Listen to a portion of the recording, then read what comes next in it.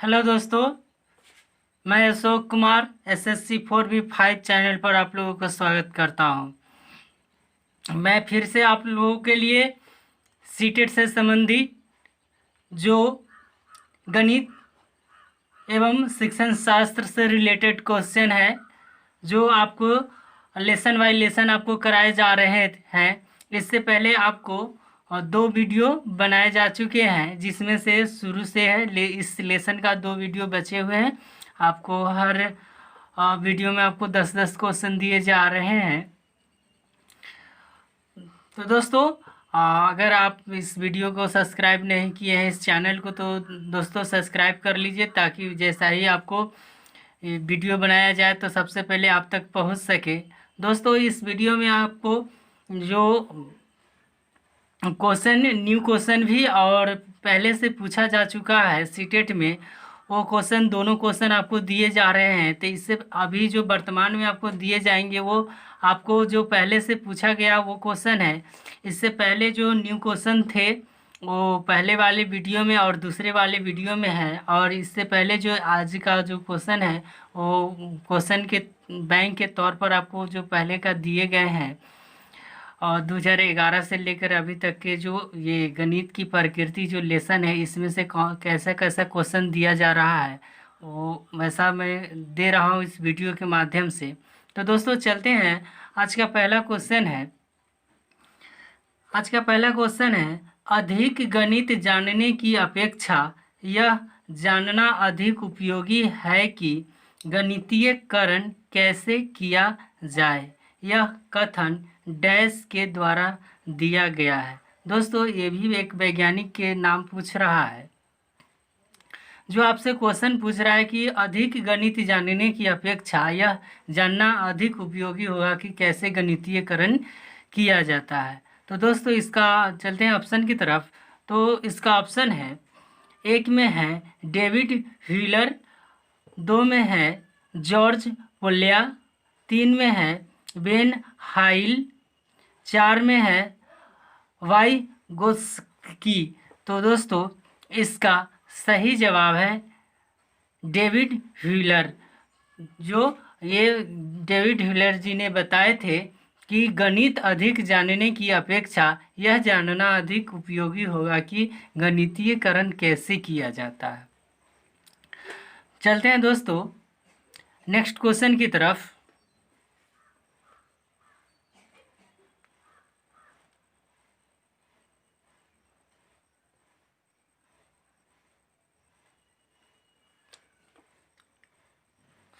तो दोस्तों, next question है, विद्यालय स्तर पर गणित में शिक्षार्थियों की असफलता का एक मुख्य कारण यह है कि हमारी आकलन प्रक्रिया। इसके बाद ऑप्शन है दोस्तों, अर्थात ये आपसे कह रहा है कि जो विद्यालय स्तर पर शिक्षार्थी की असफलता, जो विद्यालय स्तर पर जो भी छात्र होते हैं और उसका असफलता होता है गणित के में, जो वो सही से समझ नहीं पाते हैं या फिर उसमें समझ करके सही से बना नहीं पाते हैं। तो ये कह रहा है कि जो विद्यालय के स्तर पर जो असफलता का एक मुख्य कारण है, वो हमारे आकलन में कौन है। तो दोस्तों, इसका ऑप्शन है,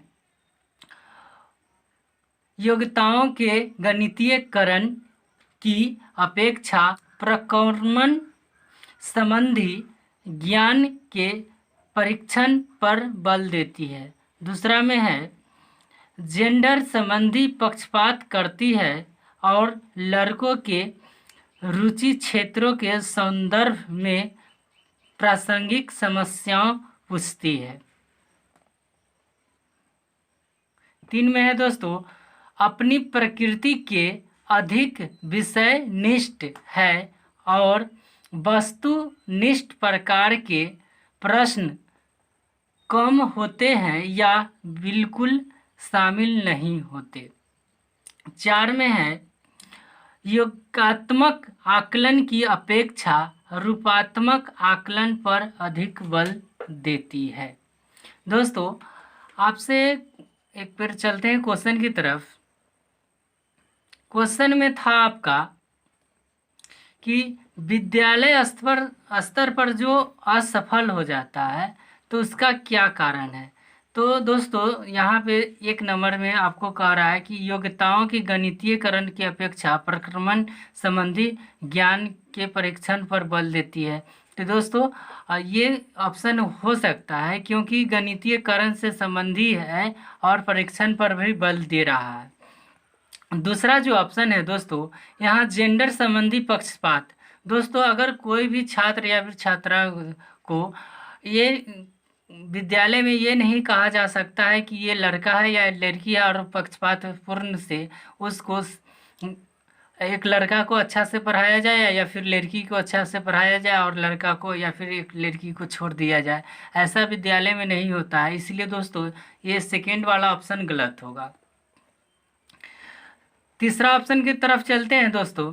तो ये कह रहा है कि अपनी प्रकृति में अधिक विषयनिष्ठ और वस्तुनिष्ठ प्रकार के प्रश्न कम होते हैं। दोस्तों जहाँ पे गणित की आवश्यकता होती है, आप गणित की बात किया जाता है, तो यहाँ कह रहा है कि विषयनिष्ठ और वस्तुनिष्ठ कम या ज़्यादा प्रश्न से वहाँ पे कोई रिलेशन नहीं है, क्योंकि वहाँ गणित सीखने और सिखाने की बात है। तो यहाँ पे अगर ऑब्जेक्टिव क्वेश्चन ज़्यादा दे दिए जाते हैं या फिर कम दे दिए जाते हैं, तो दोस्तों अगर उस गणित जानते हैं तो वो बनाएंगे ही। तो इसलिए तीसरा ऑप्शन भी गलत होगा। और चौथा ऑप्शन में दोस्तों कह रहा है कि योगात्मक आकलन और रूपात्मक आकलन पर अधिक बल देती है।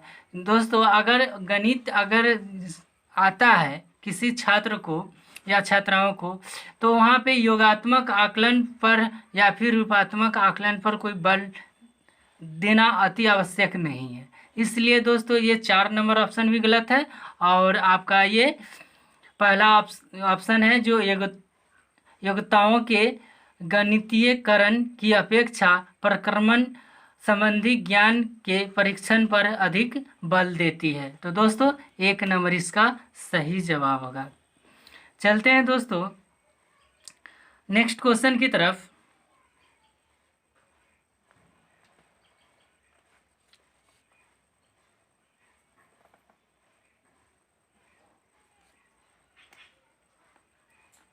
तो दोस्तों नेक्स्ट क्वेश्चन है गणितीय उपकरण उल्लेख करते हैं।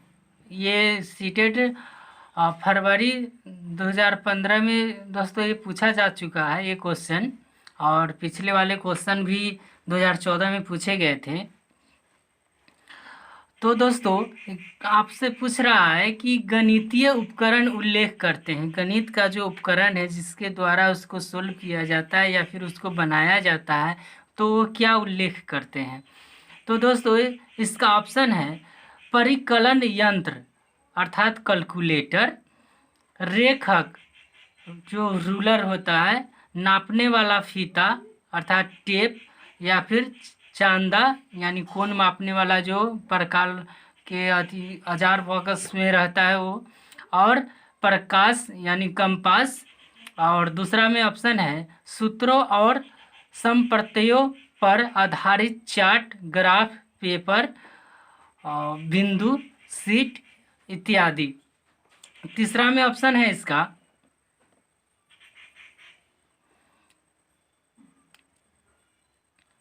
सभी प्रकार की सामग्री जिनमें समाविष्ट है भाषा, लिखित संकेत, अर्थपूर्ण निर्देश जो कि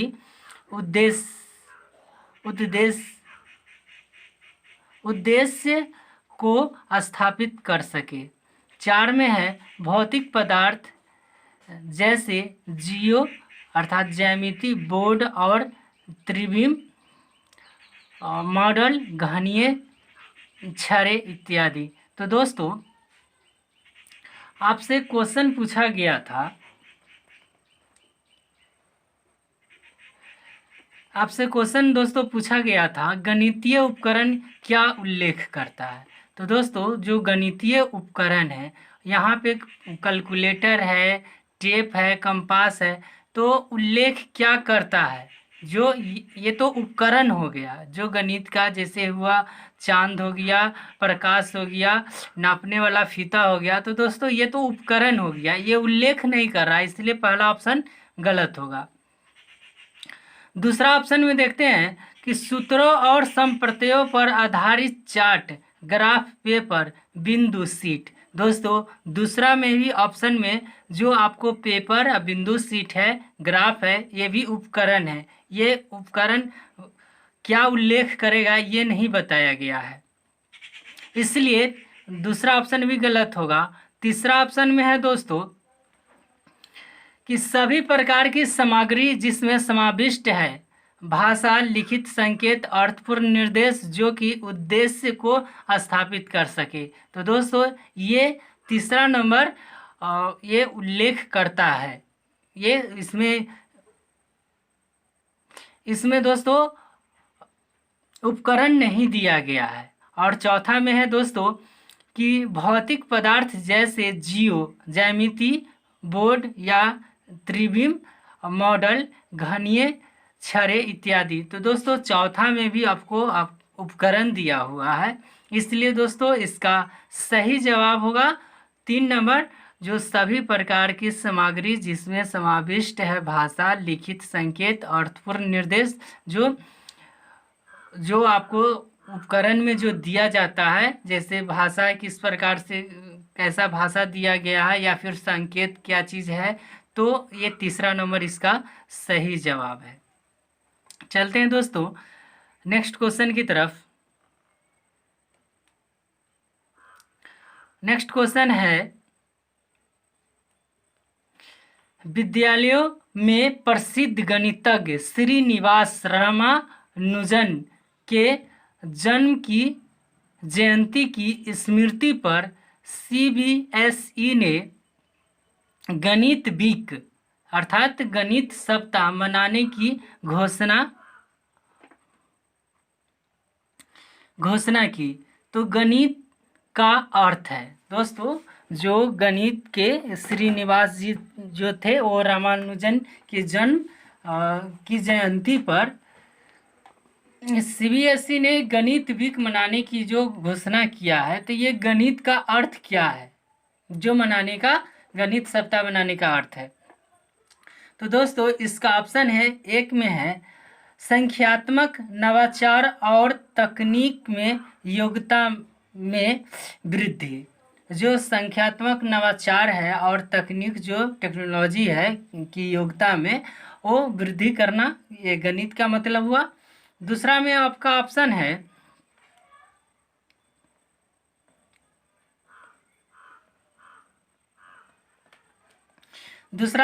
है संख्यात्मक नवाचार और प्रशिक्षण में अभिवृत्ति में वृद्धि। तो दोस्तों जो संख्यात्मक नवाचार है, जो नया जो क्वेश्चन आते हैं या फिर संख्या आते हैं उसके प्रशिक्षण की अभिवृत्ति में वृद्धि करना गणित है।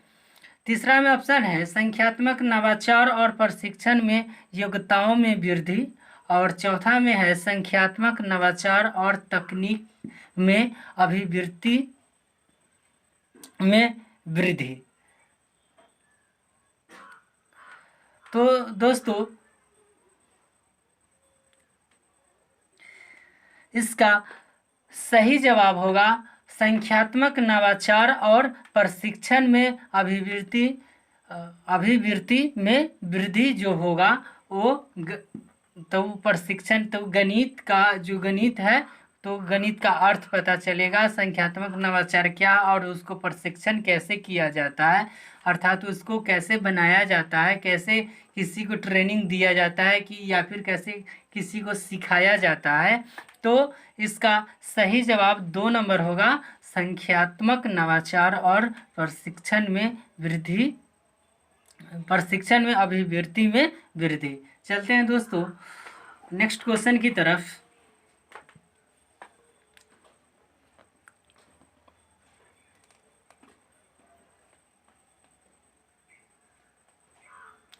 नेक्स्ट क्वेश्चन है दोस्तों, ये 2015 में, सितंबर 2015 में सीटेट की एग्ज़ाम में आपको पूछा जा चुका है ये सारे क्वेश्चन आपको क्वेश्चन बैंक है जो इससे पहले आपको क्वेश्चन पूछे जा चुके हैं, वैसा ही क्वेश्चन आपको इस वीडियो में दिए जा रहे हैं। इससे पहले आपको वीडियो में न्यू क्वेश्चन दिए जा चुके हैं, मॉडल प्रश्न पत्र दिए जा चुके हैं पहला और दूसरा वीडियो में, ये तीसरा वीडियो है दोस्तों।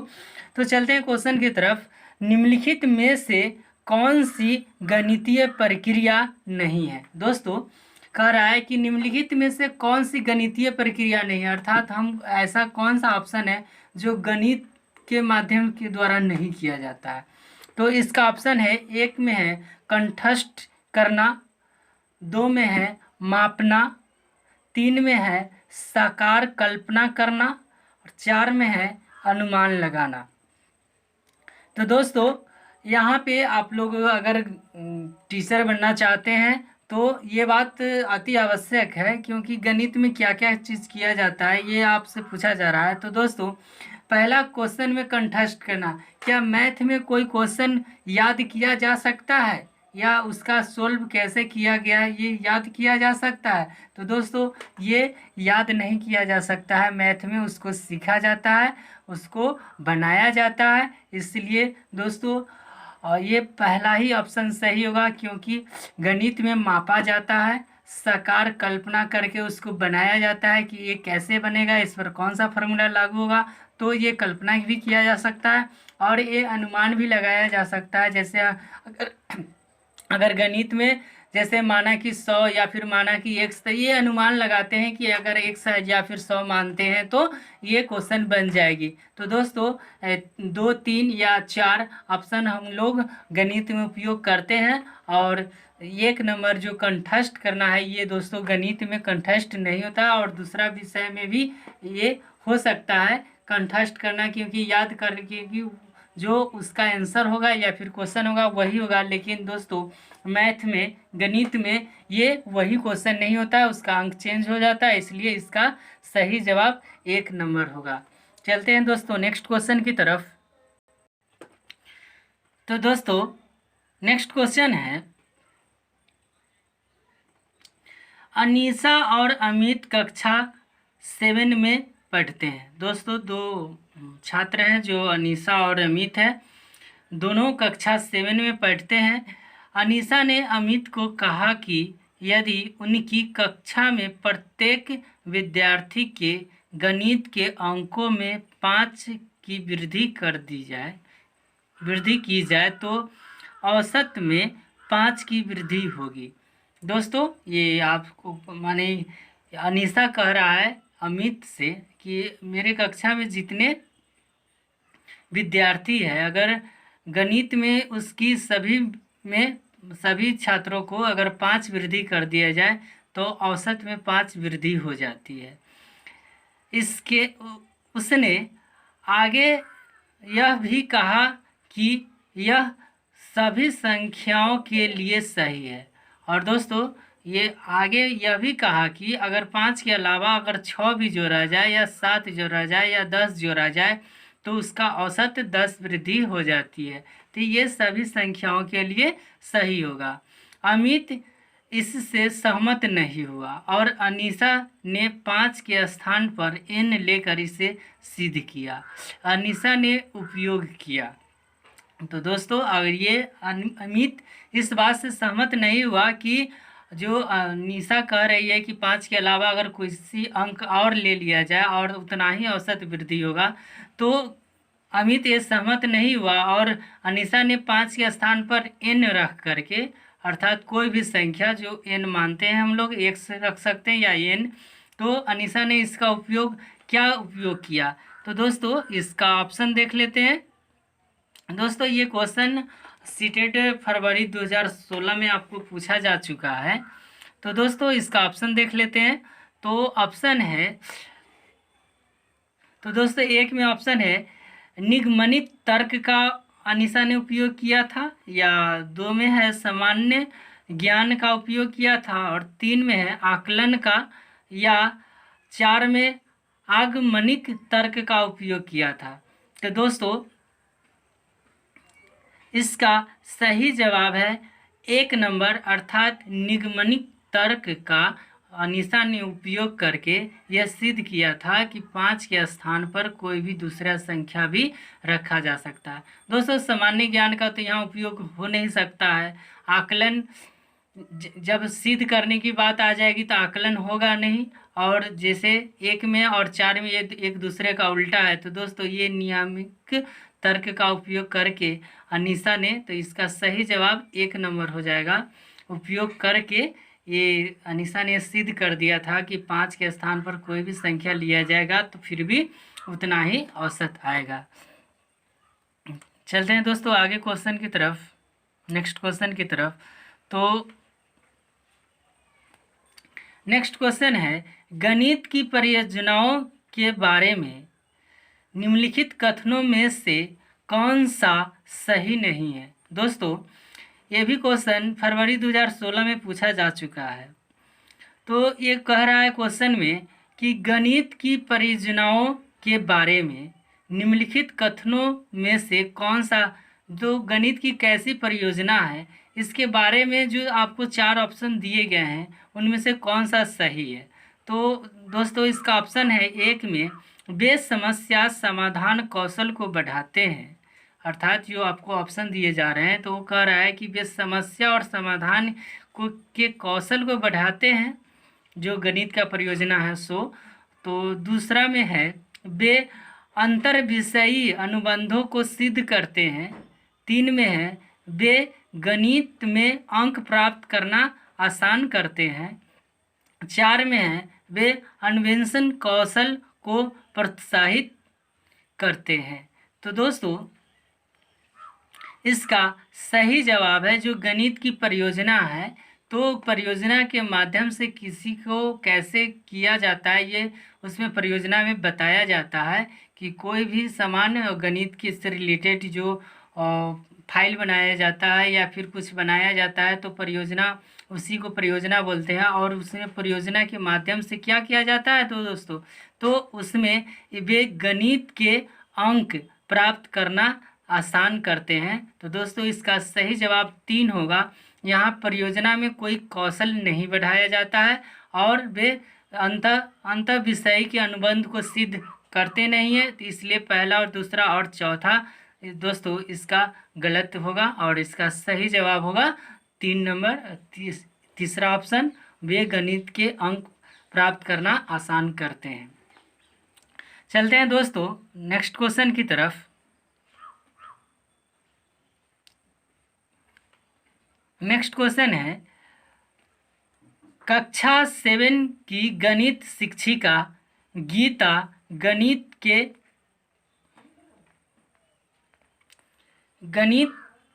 कक्षा में सर्वेक्षण पर आधारित बहुत सारी परियोजनाएं प्रोजेक्ट करती है।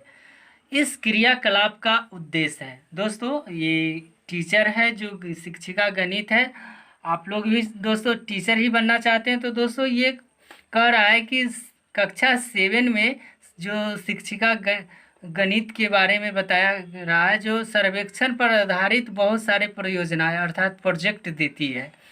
इस क्रियाकलाप का जो शिक्षिका गणित का उद्देश्य क्या है तो दोस्तों इसका ऑप्शन है ए है, समस्या सुलझाने के कौशल को प्रोत्साहित करना। दोस्तों ये प्रोजेक्ट के माध्यम से क्या करना चाहती है शिक्षिका गीता, ये आपसे पूछा जा रहा है। तो इसमें पहला में है समस्या सुलझाने के कौशल को प्रोत्साहित करना। बी में है प्रामाणिक आंकड़ों को एकत्रित करने का अवसर विद्यार्थियों को प्रदान करना। सी में है